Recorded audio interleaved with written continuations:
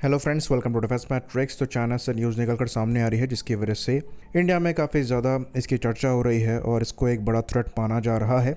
तो people liberation army air force द्वारा 500th J-20 aircraft service में इंडक्ट किया गया है और यहाँ पर डिफरेंट वेरिएंट्स इसके एग्जिस्ट करते हैं जो कि डिफरेंट कैपेबिलिटी के साथ हैं। बाकी ये बात भी आपको बता दें कि जो WS-15 इंजन जो इसके लिए एक्चुअल में बनाए जा रहे हैं, मैक्सिमम जो एयरक्राफ्ट सर्विस में इंडक्ट हुए हैं इसके बिना हुए हैं। ये पुराने WS-10C इंजन को यूज़ कर रहे हैं। तो WS-10C इंजन जो है ये ट्रू सेंस में 5th जनरेशन नहीं है, पर चाइना के लिए प्रूवन है और इनके दूसरे फ्लैंकर सीरीज़ के प्लेटफॉर्म्स में भी लगे हुए हैं, चाहे आप यहाँ पर इनके J-11 की बात करें या J-16 की बात करें। तो चाइना एब्सोल्युटली रिक्वायरमेंट पर स्टक नहीं है, उनका फोकस स्केल पर है। तो डोमेस्टिकली वो कैपेबिलिटी डेवलप कर रहे हैं, तो कॉस्ट इफेक्टिव मैनर में वो ये चीज़ कर पा रहे हैं और इसलिए वो रिस्क ले रहे हैं। J-20 के स्केल को बढ़ाने के बाद जो कॉस्ट है वो इसका कम कर पा रहे हैं। फिलहाल मानकर चला जाता है कि पर यूनिट कॉस्ट $110 मिलियन के आसपास का है, लेकिन ये इससे भी नीचे जा रहा है क्योंकि स्केल बढ़ गया है। जो प्रोडक्शन रेट है ये लास्ट एस्टीमेट के हिसाब से, जो कि 2025 में निकाला गया था, 120 एयरक्राफ्ट पर ईयर का निकल रहा है। और इसमें सबसे बड़ा कारण ये है कि इस प्लेटफॉर्म के प्रोडक्शन को लेकर चाइना किसी पर डिपेंडेंट नहीं है।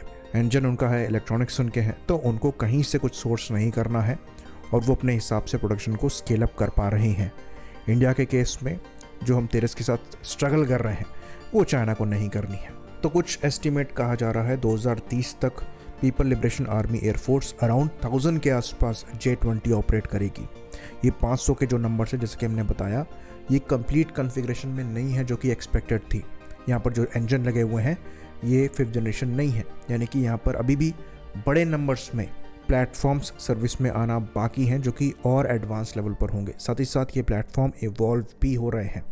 तो जो 6th जनरेशन टेक्नोलॉजीज़ यहाँ पर डेवलप करी जा रही हैं वो कैरी फॉरवर्ड होंगी J-20s में भी। तो ये platform people liberation army air force की बैकबोन बनेंगे। तो इस प्लेटफॉर्म की फर्स्ट फ्लाइट 2011 में हुई थी, आज से करीबन 15 साल पहले। उसके बाद जब बात 2020-21 के अराउंड होती थी इस प्लेटफॉर्म की, तो ये कहा जाता था कि ये ट्रू सेंस में 5th जनरेशन नहीं है, क्योंकि यहाँ पर इंजन भी नहीं है 5th जनरेशन। वही सेम इंजन थे जो कि Su-30 MKI में हम इस्तेमाल करते हैं। इवन चाइनीज़ WS-10 इंजन भी यूज़ नहीं होते थे। उसके बाद एवियोनिक्स को लेकर, डेटा लिंक को लेकर, वेपन्स को लेकर सवाल उठाए जाते थे और उस समय हमने भी 2021-22 के अराउंड ये ट्वीट किया था कि रफाल जो है ये J-20 के केस में सफिशेंट होगा।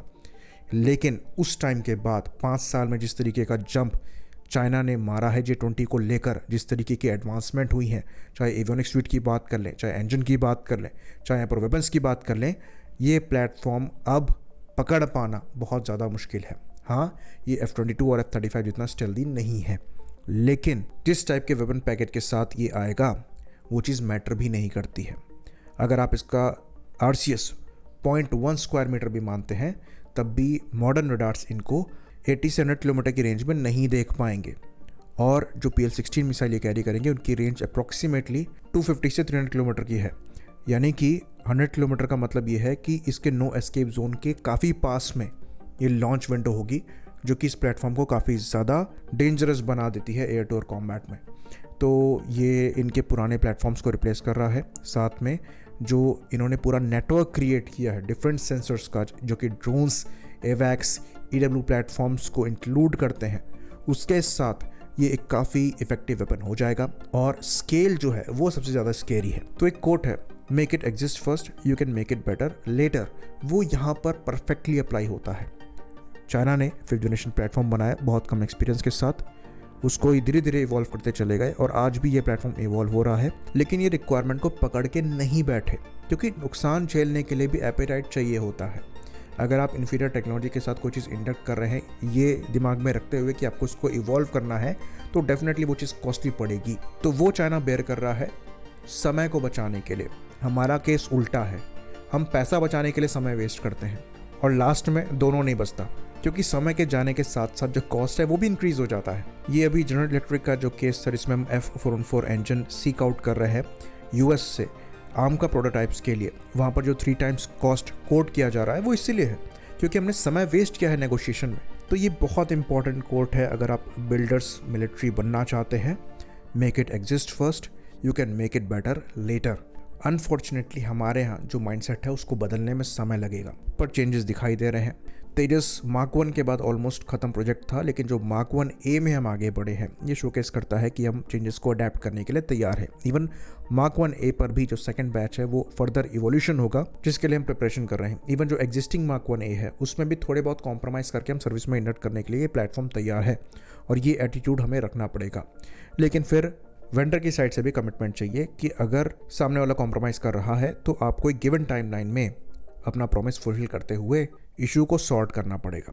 बाकी हमें एपेटाइट डेवलप करना पड़ेगा 1 का 10 पे करने के लिए, तभी हम चीज़ों को स्केल अप कर पाएंगे। तो अगर एयरफोर्स को आप एक लिमिटेड बजट दे रहे हैं और कह रहे हैं कि इसी में आप परफेक्ट प्लेटफॉर्म लेकर आइए, आपकी जो रिक्वायरमेंट पूरी करे, तो इस एटीट्यूड के साथ काम नहीं चलेगा। अगर आप चाहते हैं कि उस बजट से डोमेस्टिक प्लेटफॉर्म को सपोर्ट मिले तो वो बजट आपको बढ़ाना पड़ेगा, तभी आप उस पर और काम कर पाएंगे। तो बहुत ज़रूरी है कि चाइना से ये चीज़ हम सीखें। बाकी बात रही चाइना से compete करने की कि उनके पास 500 J20 आ गया, अब हम क्या करेंगे, तो उसके पहले भी हम compete नहीं कर सकते थे, क्योंकि जितने बड़े स्केल में उनके पास इनके J11, J16, Su-27, Su-30 MKK हैं, वो हम पहले ही मैच नहीं कर रहे थे। तो जो इकोनॉमी चाइना की है वो हमारी नहीं है, तो वो जितना अपनी मिलिट्री को बैक कर सकते हैं हम नहीं कर सकते। तो बिना इकोनॉमी के आप चाइना से वैसे ही मैच नहीं कर सकते। तो 500 J20 ले लें, 1000 ले लें, उससे फ़र्क नहीं पड़ता है। हमारी स्ट्रेटजी कम्प्लीटली डिफरेंट होनी चाहिए, और वो हम डिफेंसिव मैनर में ही कर सकते हैं। स्केल में हम चाइना को मैच नहीं कर सकते। हाँ, ड्रोन्स के थ्रू आप कर सकते हैं, पर फाइटर एयरक्राफ्ट वो भी इतने एक्सपेंसिव, आप उसमें मैच करना चाहेंगे तो नहीं हो पाएगा। हमारी आम का रिक्वायरमेंट फ़िलहाल 120 प्लेटफॉर्म्स की है। मैक्सिमम हम इसको खींचेंगे तो 250 तक ले जा सकते हैं, पर 500 to 600 इनको खींचना हमारे लिए मुश्किल हो जाएगा। प्लस सेंस भी नहीं बनाता है, चाइना को एक बड़ा एरिया कवर करना है, उतना बड़ा लैंड मास हमारा नहीं है। दूसरी चीज़, हमारी ज्योग्राफी की वजह से हम अपनी कंप्लीट रिसोर्स चाइना के अगेंस्ट भी लगा सकते हैं। चाइना ये काम नहीं कर सकता है, वो लिमिटेड रिसोर्स ही इंडिया की तरफ डायरेक्ट कर सकते हैं। तो हमें स्केल मैच करने की रिक्वायरमेंट भी नहीं है। तो अगर 500 J20 उन्होंने ले लिए हैं तो 500 J20 इंडिया के अगेंस्ट में वो डिप्लॉय नहीं कर सकते, पर इंडिया अपने सारे प्लेटफॉर्म चाइना की तरफ कर सकता है, क्योंकि दोनों बॉर्डर इतने क्लोज हैं। तो ये एडवांटेज हमारे पास रहेगा और इसका हमें फ़ायदा उठाना है। साथ में चाइना से ये सीखना है कि अगर स्केल रिक्वायरमेंट है तो स्केल को हमें टारगेट करना चाहिए। बाकी कैपेबिलिटी आप डेवलप करके बाद में भी इम्प्लीमेंट कर सकते हैं। होपफुली हमारी आंखें खुले, एयरफोर्स के एटीट्यूड में भी बदलाव हो, गवर्नमेंट के एटीट्यूड में भी बदलाव हो, और हम स्केल को टारगेट करने की कोशिश करें। परफेक्शन बाद में अचीव किया जा सकता है, डिज़ाइन में इतना रूम हमें देना पड़ेगा। तो विजन के साथ आगे बढ़ना ज़रूरी है, पर वो विजन 5 साल में ही अचीव हो जाए, 10 साल में ही अचीव हो जाए, वो ज़रूरी नहीं है। पर उसका स्केल होना चाहिए, उसके लिए रूम छोड़ना ज़रूरी है, जो कि J20 में है और इसलिए इवॉल्व हो रहा है।